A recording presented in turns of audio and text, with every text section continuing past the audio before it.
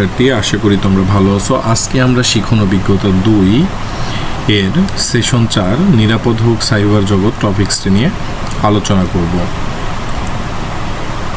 দেখো, পাঠ্য বইয়ে আছে পূর্বের সেশনগুলোতে আমরা বিভিন্ন ধরনের সাইবার অপরাধ এবং সেগুলোর ঝুঁকি সম্পর্কে জেনেছি। সাধারণত সাইবার অপরাধের কোনো ভৌগোলিক সীমারেখা থাকে না, ফলে কোনো একটি নির্দিষ্ট দেশের আইন দিয়ে তার বিচার করা অনেক ক্ষেত্রেই কঠিন। তারপরেও সাইবার অপরাধ দমনে আমাদের বেশ কয়েকটি আইন রয়েছে। তো বাংলাদেশের বেশ কয়েকটি আইন শৃঙ্খলা রক্ষাকারী বাহিনীতে একটি বিশেষায়িত সাইবার ইউনিট রয়েছে।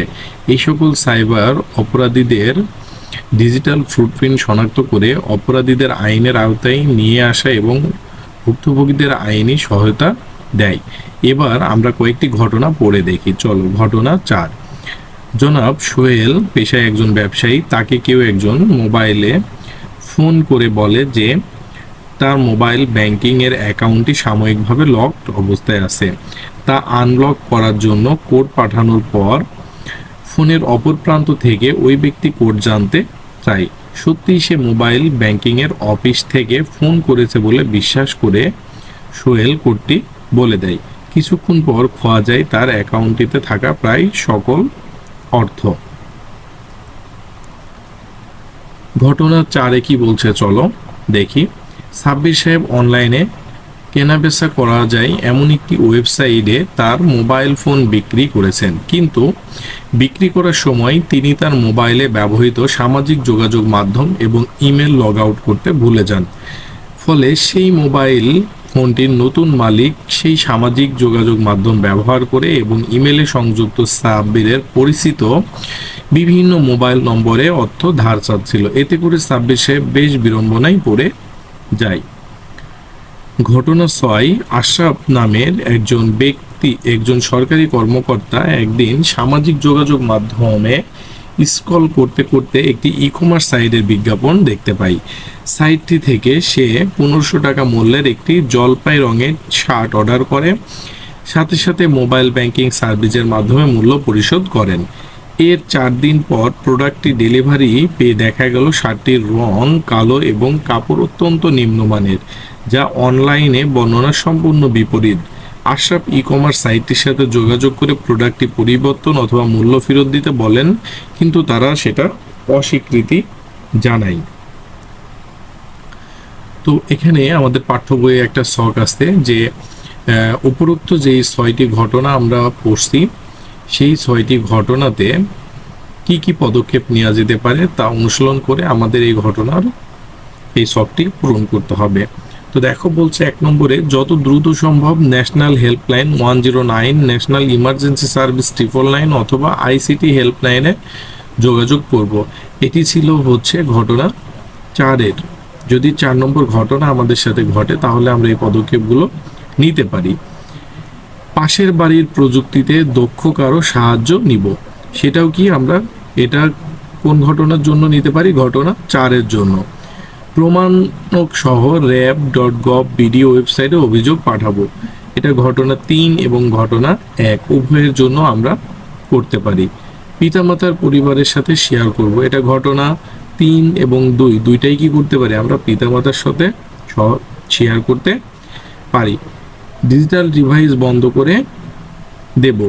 তো এটা আসলে কোনো ঘটনার সাথে আমাদের সম্পৃক্ত না। আরেকটা আছে, দেখো, বাংলাদেশ টেলিযোগাযোগ নিয়ন্ত্রণ কমিশন BTRC-তে লিখিত অভিযোগ জানাবো। এটা ঘটনা 4 এবং ঘটনা 6-এর জন্য আমরা অবশ্যই করতে পারি। তো বলছে বিষয়টি গোপন রেখে কারোর সাথে শেয়ার করব না। এটা দেখো, ঘটনা 4-এর ক্ষেত্রে আমরা এই কাজটি করতে পারি। নিকটস্থ থানায় সাধারণ ডায়েরি অথবা জিডি করব। এটা ঘটনা 5 এবং ঘটনা 3-এর জন্য। ভোক্তা অধিকারের চর্চা করব। ঘটনা 6। অপরাধের প্রমাণগুলো সংগ্রহ করব। এটা ঘটনা 3-এর জন্য। তো বাংলাদেশের তথ্য নিরাপত্তা ও সাইবার নিরাপত্তা নিশ্চিত করার জন্য বেশ কিছু নীতিমালা ও আইন রয়েছে। সেগুলোর মধ্যে উল্লেখযোগ্য কয়েকটি দেখো, তথ্য যোগাযোগ প্রযুক্তি আইন, সাইবার সিকিউরিটি স্ট্র্যাটেজি তথ্য নিরাপত্তা পলিসি গাইডলাইন, তথ্য যোগাযোগ প্রযুক্তি নীতিমালা এবং ডিজিটাল নিরাপত্তা আইন।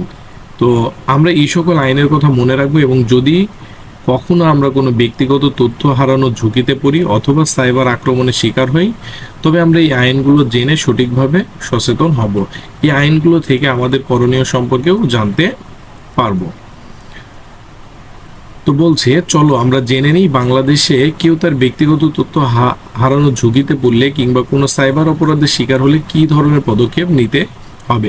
প্রথমে আমরা এ ধরনের ঘটনার শিকার হলে নিজেদের মধ্যে না রেখে বাবা মা এমনকি শিক্ষককে জানিয়ে খুব দ্রুত নিকটস্থ থানায় একটি সাধারণ জিডি করব। এবার চলো একটি সাধারণ ডায়েরিতে আবেদন করতে হয় কিভাবে তা দেখে নিই। দেখো, এটা হচ্ছে একটা জিডির নমুনা আছে এখানে। আমরা কিভাবে একটা জিডি করব তার নমুনা এখানে দিয়ে দেওয়া আছে। তো আমরা তারিখ দিব বরাবর, এবং কোন থানাতে আমরা সেই জিডিটা করব সেই থানার নাম দিয়ে দিব। তারপরে যার কোনো কিছু হারিয়ে গেছে বা কোনো সমস্যায় পড়ছে সেই ব্যক্তির নাম, বয়স, মানে তার ঠিকানাগুলো দিয়ে আমরা কি করব, এই ফর্মটা পূরণ করব। তো আরেকটা আছে, দেখো আমাদের দেশে এখন অনলাইনে জিডি বা সাধারণ ডায়েরি করা যায়। আমরা সকলেই অনলাইনে একটি জিডির ফর্ম ফিল আপ করার অনুশীলন করব। এই জন্য আমাদের ইন্টারনেট ব্রাউজারে GD police dot BD search দিয়ে লিখতে হবে। তো আমি এটা তোমাদেরকে এখনই এই ভিডিওতেই দেখিয়ে দিচ্ছি, চলো আমরা দেখে নিই।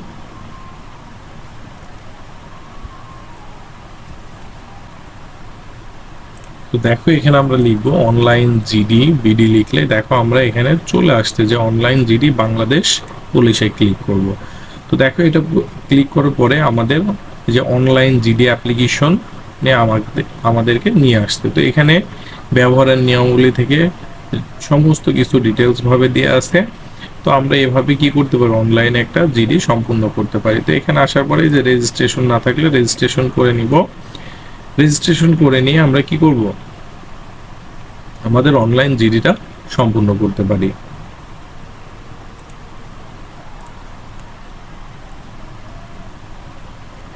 তো আজকের সেশন এখানেই শেষ করছি। ধন্যবাদ সবাইকে।